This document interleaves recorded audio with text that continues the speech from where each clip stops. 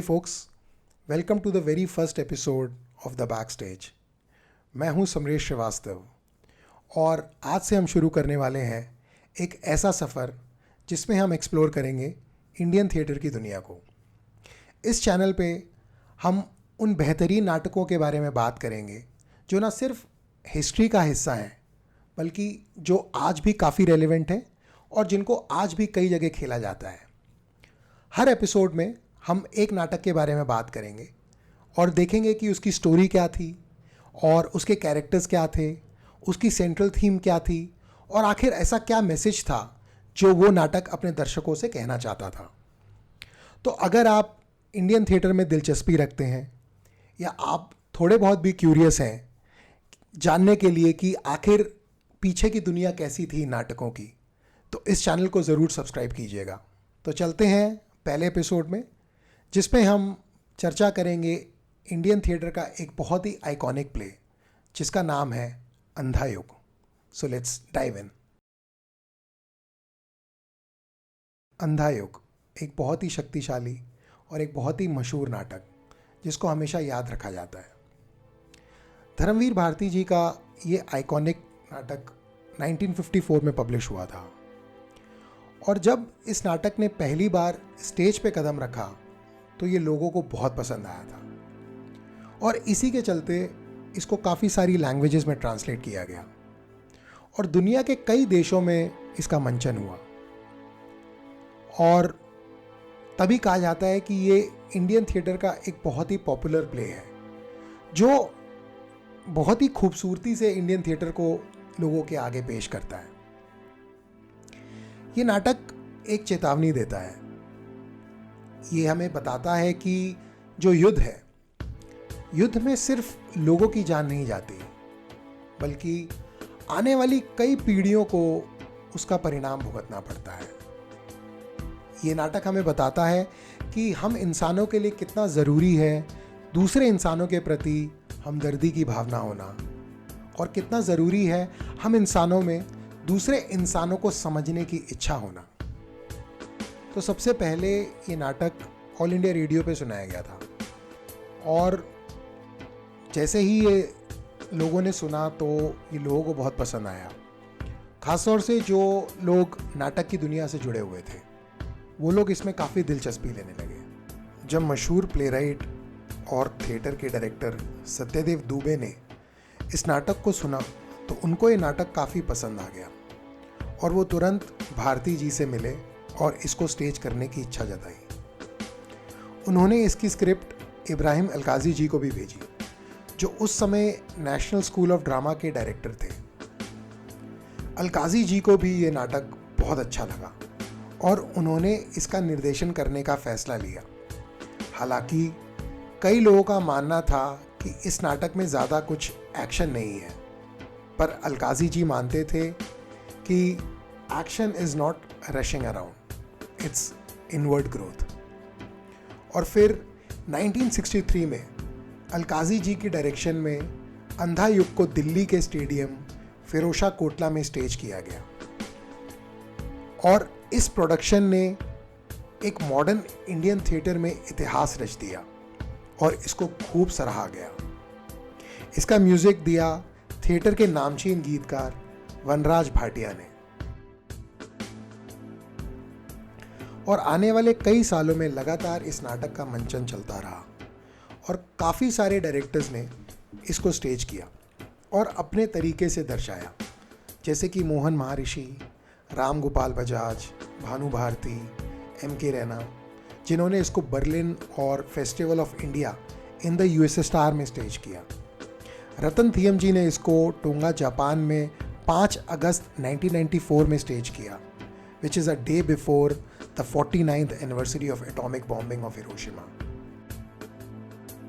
इसके अलावा और भी काफ़ी सारे डायरेक्टर्स ने इसको अपने तरीके से दिखाया, जैसे कि अरविंद गौर, गिरीश तिवारी, बिजॉन मॉन्डल, जिन लोगों ने कंटेम्प्रेरी ट्विस्ट और फ्यूजन बैंड के साथ इस नाटक को पेश किया। थिएटर की दुनिया में तो ये भी कहा जाता है कि अगर किसी एक्टर ने अंधा युग में अभिनय कर लिया तो मानो उसने एक्टिंग सीख ली। तो अब बात करते हैं अंधा युग की कहानी की। तो जो इसकी कहानी है वो महाभारत के युद्ध के आखिरी दिनों पर बेस्ड है, लेकिन ये एक पुरानी कहानी नहीं है। अंधा युग एक आईने की तरह है जो हमें युद्ध और उससे होने वाली तबाही का सच दिखाता है। सब कुछ तबाह हो चुका है, कौरव हार चुके हैं, पांडव जीत गए हैं, लेकिन ये जीत बिल्कुल खोखली लग रही है। हस्तिनापुर बर्बाद है। राजा धृतराष्ट्र जो अंधे हैं, अपने बेटों की मौत से टूट चुके हैं। उनका अंधा होना एक प्रतीक है मॉरल ब्लाइंडनेस का। बाकी के कैरेक्टर्स जैसे गांधारी और अश्वत्थामा भी अपने गुस्से, शोक और बदले की भावनाओं से जूझ रहे हैं। गांधारी कृष्णा को श्राप देती है, अपने परिवार के विनाश के लिए उन्हें जिम्मेदार मानती है, और अश्वत्थामा अपने पिता द्रोणाचार्य की मौत का बदला लेने के लिए तैयार है, जो और ज़्यादा तबाही लाता है। ये पूरी कहानी यही दिखाती है कि युद्ध के बाद भी किसी की भी जीत असल मायने में जीत नहीं है, वो भी हार ही है, और दुख और विनाश की ही गाथा है। इस नाटक के जो कैरेक्टर्स हैं वो काफ़ी सिंबॉलिक हैं, जो ह्यूमन नेचर और सोसाइटी के अलग अलग पहलुओं को दिखाते हैं। धृतराष्ट्र, अंधे राजा धृतराष्ट्र, उन्होंने अपने बेटों की गलतियों को अनदेखा किया और आखिर में उनका अंधा हो जाना उन्हीं के मॉरल फेलियर का ही रिफ्लेक्शन है। गांधारी अपने शोक और क्रोध में कृष्णा को श्राप देती है। ये उनका दर्द और हार है जो उन्हें ऐसी डिवाइन ताकतों को दोष देने पर मजबूर करता है, जो अक्सर हम सब करते हैं जब हमें सब कुछ गलत लगता है। अश्वत्थामा एक ट्रैजिक फिगर है। उनका गुस्सा और बदला उनकी ह्यूमैनिटी को पूरा डिस्ट्रॉय कर देता है। कृष्णा एक ऐसे शक्ति के रूप में दिखते हैं जो डेस्टिनी और फ्री विल के बीच के फिलोसॉफिकल संघर्ष को दिखाते हैं। कृष्णा कहते हैं कि सब कुछ किस्मत का खेल है, लेकिन लोग अपने एक्शंस के लिए भी जिम्मेदार हैं। उनका कैरेक्टर सब कैरेक्टर्स के बीच एक फिलोसॉफिकल डायलॉग क्रिएट करता है। तो देखा जाए तो सभी कैरेक्टर्स अपने फ्लॉज के साथ इस ट्रेजेडी का हिस्सा हैं, पर ये फ्लॉज ही उनको रियल और रिलेटेबल बनाते हैं।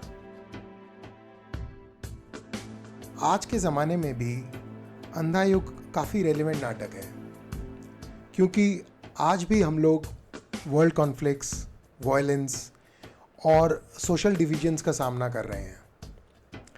अब चाहे वो वर्ल्ड के लेवल पे हो या पर्सनल कॉन्फ्लिक्ट्स, युद्ध और बदले की भावना हमेशा इंसान को दुख और विनाश ही देती है। धर्मवीर भारती ने ये नाटक वर्ल्ड वॉर II और भारत के पार्टीशन के बाद लिखा था, और उन दिनों की ट्रेजेडी इस प्ले में घूमती हुई नजर आती है। बदला एक और मेन थीम है इस नाटक का। अश्वत्थामा के थ्रू हम देखते हैं कि कैसे रिवेंज एक नेवर एंडिंग साइकिल क्रिएट करता है।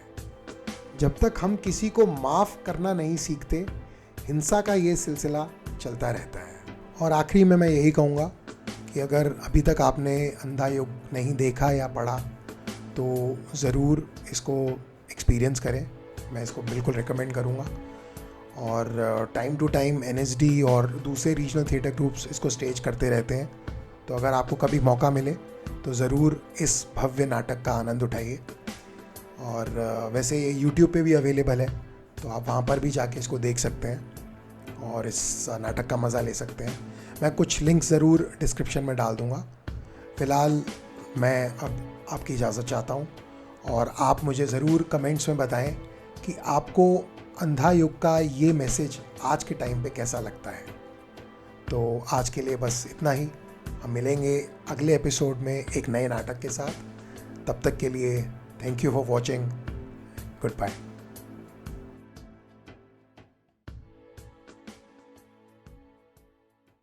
ये मेरा धनुष है,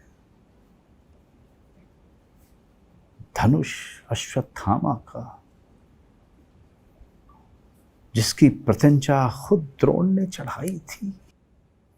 आज जब मैंने दुर्योधन को देखा, निशस्त्र दीन, आंखों में आंसू भरे, मैंने मरोड़ दिया अपने इस धनुष को। कुचले हुए सांप सा भयावह किंतु शक्तिहीन मेरा धनुष है ये। जैसे मेरा मन किसके बल पर लूंगा मैं अब प्रतिशोध पिता के निर्मम हत्या का।